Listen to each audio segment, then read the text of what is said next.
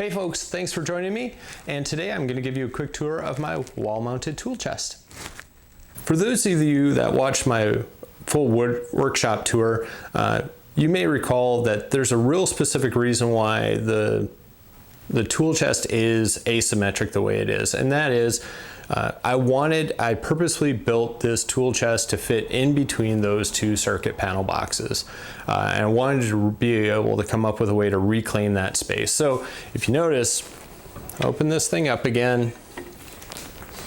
When we do, I can fold out this secondary door and it perfectly covers up that circuit box. And when we open it up this side,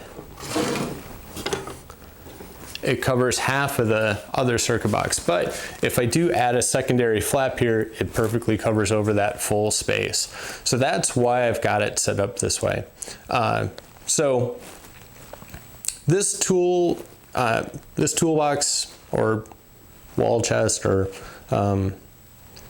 it houses just woodworking stuff. So the nice thing about it is it is right where I do the majority of my woodworking stuff, both here at the main workbench and then one of my main work counters. So the whole idea, keeping it right there immediately where I can use everything, everything's within hand's reach, so I don't even have to set things down on the counters, I can just put them away. So what I've got in here, as you saw, and the whole reason why I actually made this, some of it was to use it for the storage, but it actually was a rehab project for myself. It was a small project that I could do in the shop when, after I hurt my back a couple of years back. So, and it gave me a chance to work on hinges, which I still need practice at because I'm horrible at doing hinges. So anyway, what I've got over here, I've got my Veritas Dovetail Saw. I've got another quick little hand saw there for doing dovetails. Inside here, I've got a spot for a ruler. I've got my Irwin chisels I use for cutting dovetails. My mallet, just on a quick little handle there. Tucked in behind the bottom of the mallet, I've got a little Veritas Dovetail Gauge that hangs on a screw back there. Got my little Marples Scribe Gauge, a couple of card scrapers here tucked into the side, and a little spot for my calipers, because that was just a good spot to put the calipers. So inside, and as you can see, I'm trying to make this thing as densely used as possible, right? Because even though I have a bit of space here right now, I do hope to fill that up with some more hand planes over time. So inside, I've got a combination square here. I've got a little right angle square. Actually, I have a spot for a Freud depth gauge, but that's been hanging out over with my router on the router table most of the time for adjusting bit depths, because that's where it's been more handy. So I've got my Veritas router plane here, which is, I love this thing. Haven't been able to use it on too many big projects yet, but it is super nice. And I've got a bevel gauge as well. Tucked behind there, I even have some, I keep some manuals and some little things tucked into the wood behind. In the front here, I do have just kind of a slanted spot to be able to hold my Lee-Nielsen low angle block plane. I've got a Anant Kamal number 4 bench plane here. Been really happy with this, actually. I tried one of the Anant low angle block planes, but it was crap. I just could not get it to. I tried to tune it. This thing, after I tuned it, when I bought it new, it was not fantastic, which I knew going into it. It was only like 45 bucks, 50 bucks, something like that. But after I tuned it, the thing has been wonderful. I really enjoy that thing. Then over here on the side, I've got a dead blow hammer that's dedicated to woodworking. I've got another one of those that I end up using a lot with. I used to have just one, but I ended up using it all the time with automotive stuff as well. So I did buy myself a dedicated woodworking one. That way, just at least the handle doesn't get dirty. My problem was the other one would get all gross up, and then my hands would get dirty, and then my hands would stain the wood that I'm working on, which sucked.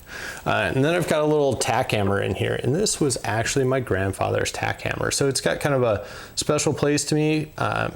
It's one of the only tools actually that I have from my grandfather. He had a couple of hand planes that I should have made a claim for way back in the day, but I did not. But I've got this, and that's pretty cool because when I was a kid, I used to spend hours and hours and hours and hours and hours making really terrible stuff in his workshop in the basement of his house in Minnesota. So, and then I've got my tape measure that I use specifically for woodworking. So just a Stanley, but this way, by using this guy all the time, my measurements are always consistent throughout my project. In here, this little drawer, I've got the little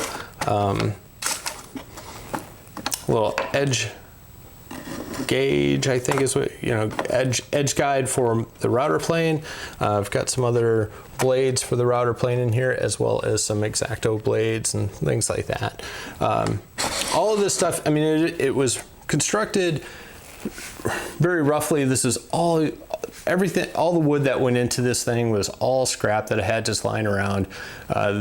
The carcass was made out of 3/4 inch ply. I think the back here was 1/2 inch ply. Everything else is little things of 1/4 inch and 1/2 inch. The back of this is 1/2 inch.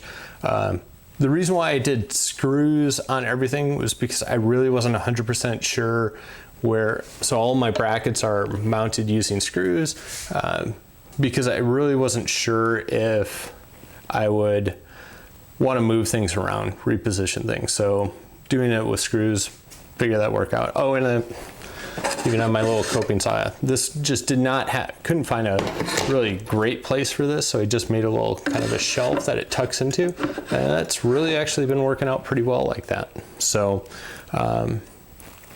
I've got room that I can actually put something on the front here if I want of this secondary door. But I've preferred to try to keep everything on the inside so that it always stays available to me. And like I said, I could add another one of these little secondary doors to the right side if I needed to as well, but I haven't yet. Everything else, it's worked out as kind of a place to set a couple of things for the TV, remote controls, some of the Bluetooth adapters that I've got. Maybe I'll do a video on those. But that's been it. And, for as rough as it is, I know some people make some really sexy looking tool cabinets. This has been great for me, especially with how small it is. I think it's only about 18 inches wide when it's all closed up. It's really been fantastic. So really, this is one of those things that I was late to the game with, and I regretted it in a little bit, but I'm so happy that I've done it now, and it's been fantastic. So if you have any questions or comments, please leave them below. If you like this video, please give it a thumbs up, and we'll see you in the next video. Thanks.